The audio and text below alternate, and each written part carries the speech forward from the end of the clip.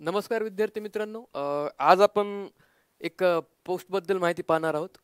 इथं पाहू शकतो आपण की नाफेडची एक पोस्ट आलेली आहे सिनियर ॲनालिसिस्टची. आणि नाफेडचं जे काही काम आहे की एक नॅशनल बँक आहे फॉर फायनान्सिंग इन्फ्रास्ट्रक्चर अँड डेव्हलपमेंटसाठी. इन्फ्रास्ट्रक्चर डेव्हलपमेंट जे असते त्याच्याबद्दल त्या प्रोजेक्टसाठी याचं स्पेशली फायनान्स असतं आणि त्या रिलेटेड काही ॲड आलेली आहे. तर ॲडबद्दल थोडक्यात पाहूया की नेमकं काय काय पोस्ट आहे काय नाही ते.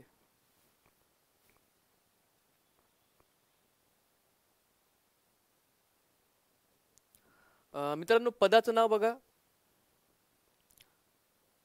सिनियर ॲनालिस्ट फुल टर्म रेग्युलर बेसिसवर ही ॲड आहे.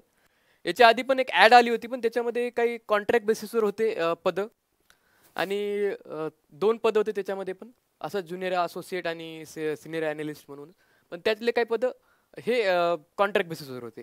हे फुल टर्म आणि रेग्युलर बेसिसवरचं पद आहे. त्याआधी ॲड सुरू करण्याआधी आमच्या क्लासतर्फे काय कोर्सेस अवेलेबल केले जातात आणि त्याबद्दलची थोडी माहिती मी सांगतो, पाहून घ्या. आपल्या कामाचीच असेल नक्की.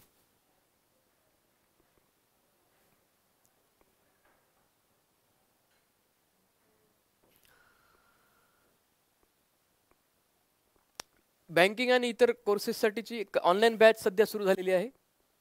ही बॅच 24 जानेवारीला चालू होणार आहे ऑनलाईन. आणि एक ऑफलाईन बॅच आहे ती ऑलरेडी चालू झालेली आहे, त्यामुळे इथे काही पोस्टर घेतलेलं नाही. त्याचे डिटेल्स तुम्ही कॉल करून विचारू शकता किंवा ऑफलाईन बॅचबद्दल बोलतोय मी.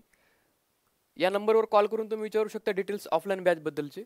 आणि ज्या ऑनलाईन बॅचेस आहेत त्याबद्दल आपण प्रथमे ॲपवर डिटेल पाहू शकता की या बॅचमध्ये काय कसल्या प्रकारचे कोर्सेस आहेत काय नाही. ही फुल बॅच असणार. याच्यामध्ये सर्व विषय जे की नॉर्मली एक्झाम्समध्ये असतात आपले, reasoning, English, general awareness, computer, सगळ्या गोष्टी कव्हर होणार आहेत. आणि सगळेच एक्सपिरियन्स लोक आहेत त्याच्यामध्ये देखील आपल्याला शिकवणार आहेत. आणखी पुढे पाहूया की आणखी दुसरी कोणती बॅच आहे. एक आतिश सरांची बॅच आहे जी की जनरल नॉलेजच्या किंवा जनरल अवेअरनेसच्या बाबतीत असते. तर ही बॅचचे डिटेल्स इथे दिलेले आहेत. त्यानंतर एक 1 इयरची यांची बॅच आहे. त्याच्यामध्ये पूर्ण कंप्लीट इयर साठी ती व्हॅलिडिटी असणार आहे. आणि जवळपास ज्या काही एक्झाम तुमच्या येणार आहेत तर त्या इयरच्या एक्झाममधलं जे काही कव्हर व्हायचं आहे तुमचं जनरल अवेअरनेस आणि करंट अफेअर्सचा टॉपिक, तो या बॅचमध्ये कंप्लीट होईल. त्यानंतर आजकाल आपण पाहतोय की कम्प्युटरचं पण बऱ्यापैकी वेटेज येत आहे एक्झाम्समध्ये. तर एक मराठी इंग्लिश अशी एक बॅच बनवलेली आहे, मी स्वतःच त्याच्यामध्ये टीच केलेलं आहे. तर ती पण एक बॅच आहे. प्रथम या ॲपवर आपण जाऊन या सर्व डिटेल्स पाहू शकतो. तर चला आता आपण आपल्या बद्दल बघूया की ॲडमध्ये काय आहे नेमकं आणि कशा प्रकारे तिथे आपण अप्लाय करू शकतो आणि काय पोस्ट असणार आहे आणि काय काय काम असणार आहेत.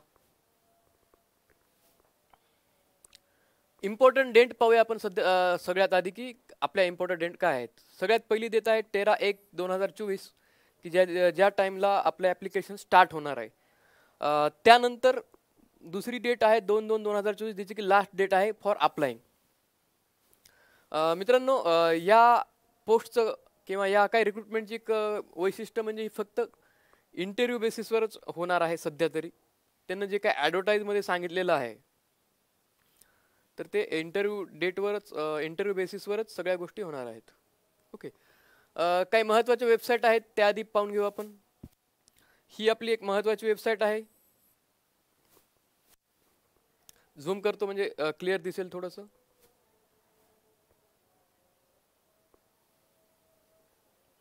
ही महत्त्वाची वेबसाईट आहे. याच्यामध्ये ज्या काही डिटेल्स असणार आहेत एक्झाम रिलेटेड ते इथेच पोस्ट होणार आहेत. म्हणजे असं स्पेसिफिक तुम्हाला ते वेबसाईटला रेग्युलर बेसिसवर व्हिजिट करावं लागणार आहे की त्याबाबत काय आहेत काय नाही. आणि इंटरव्ह्यूचं जे असणार आहे तो इंटरव्ह्यू असणार आहे आपला मुंबईमध्ये.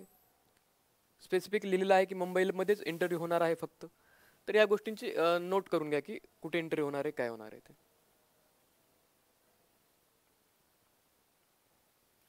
त्याच्यानंतर ॲप्लिकेशन फक्त एकाच ठिकाणी एकाच पोस्टसाठी करू शकतो आपण. मल्टिपल ॲप्लिकेशन्स नॉट अलाउडेड इथे क्लिअर स्पष्ट उल्लेख दिलेला आहे त्यांना की मल्टिपल ॲप्लिकेशन्स आपण करू शकणार नाहीत. तर त्यानंतर आता पाहूया आपण की वॅकन्सीज किती आहेत. वेगवेगळ्या पदांसाठी ते वॅकन्सीज आहेत.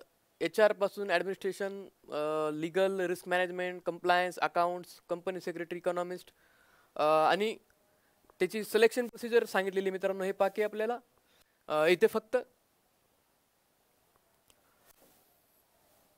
शॉर्ट लिस्टिंग केलं जाणार आहे. तुमचे डॉक्युमेंटेशन प्रॉपर आहे का, तुमच्या एलिजिबिलिटी क्रायटेरिया जो आहे त्यामध्ये तुम्ही मॅच होत आहेत का, या बेसिसवर तुमचं लिस्ट केली जाणार आहे इंटरव्ह्यूसाठी.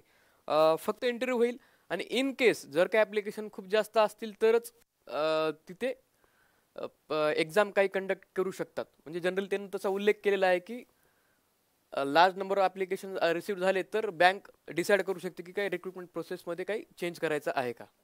आता जनरली इथं वॅकन्सीज पहा मित्रांनो, एक सिंगल आहे. पण ज्याला खरंच आवड आहे त्या गोष्टीत काहीतरी वेगळं करण्याची, किंवा ज्या रेग्युलर कामामध्ये आता सध्या त्यांना त्याच्यापेक्षा वेगळं करायची इच्छा असेल, त्यांच्यासाठी नक्कीच चांगली अपॉर्च्युनिटी आहे. पाहूया आपण आता याच्यामध्ये की आणखी डिटेल्स काय आहेत ते. काय क्रायटेरियाबद्दल दिलेलं आहे EWS साठी, बाकीच्या गोष्टींसाठी. एजबद्दल सांगितलेलं आहे मित्रांनो. एज पाहू शकतो आपण इथे. Age minimum 21 years and 40 years. 40 years maximum एजपर्यंत आहे जनरलसाठी, आणि ॲडिशनल रिलॅक्सेशन पण असणार आहे एज कॅटेगरी वाईज. हे पाहिजे ॲडिशनल त्यांचं जे काही रिलॅक्सेशन आहे ते पण आहे ते दिलेलं. म्हणजे एज क्रायटेरिया पण बऱ्यापैकी आहे. 40 वर्ष म्हणजे आपण बऱ्यापैकी इथे पार्टिसिपेट करू शकतो एक्झाममध्ये. जनरली बघा काय काय पोस्टसाठी आता HR साठी दिलेला आहे. हा त्याचा एक्सपिरियन्स दिलेला सांगितलेला आहे किती लागणार आहे, जॉब प्रोफाईल काय असणार आहे, डिझायर्ड स्किल्स काय असणार आहेत, त्याबद्दल डिटेल दिलेले आहेत. मी स्क्रोल करतो, तुम्ही बघू शकता की कोणत्या गोष्टीसाठी काय दिलेलं आहे ते.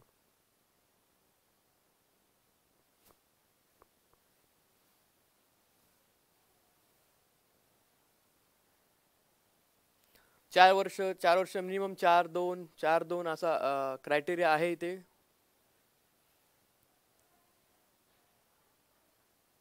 लीगलसाठी पोस्ट ग्रॅज्युएशनच्या पाहिजे, LLM त्याला आवश्यक असणार आहे.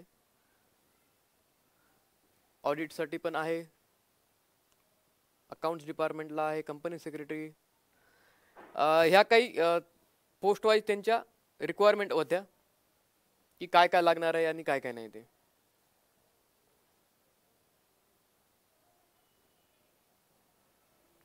पाहूया अजून काय महत्वाचं आहे का इथे.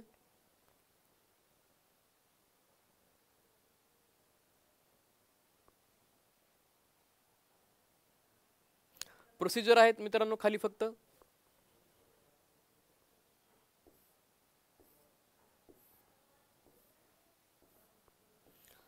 ॲप्लिकेशन कसं केलं पाहिजे त्याबद्दलची प्रोसिजर आहे. ओके. 13 तारखेला ॲड प्रसिद्ध झालेली आहे मित्रांनो. नक्कीच ही बँक जी आहे की नॅशनल लेवलला काम करते, त्याच्यानंतर मेन डेव्हलपमेंटच्या प्रोजेक्टमध्ये काम करते, तर एक्सपोजर पण चांगल्या प्रकारचं आहे. आणि जनरली जे काही रेग्युलर बँकिंगमध्ये कस्टमरशी जे काही डिलिंग असतं ते नक्कीच याच्यामध्ये थोडंसं कमी असतं.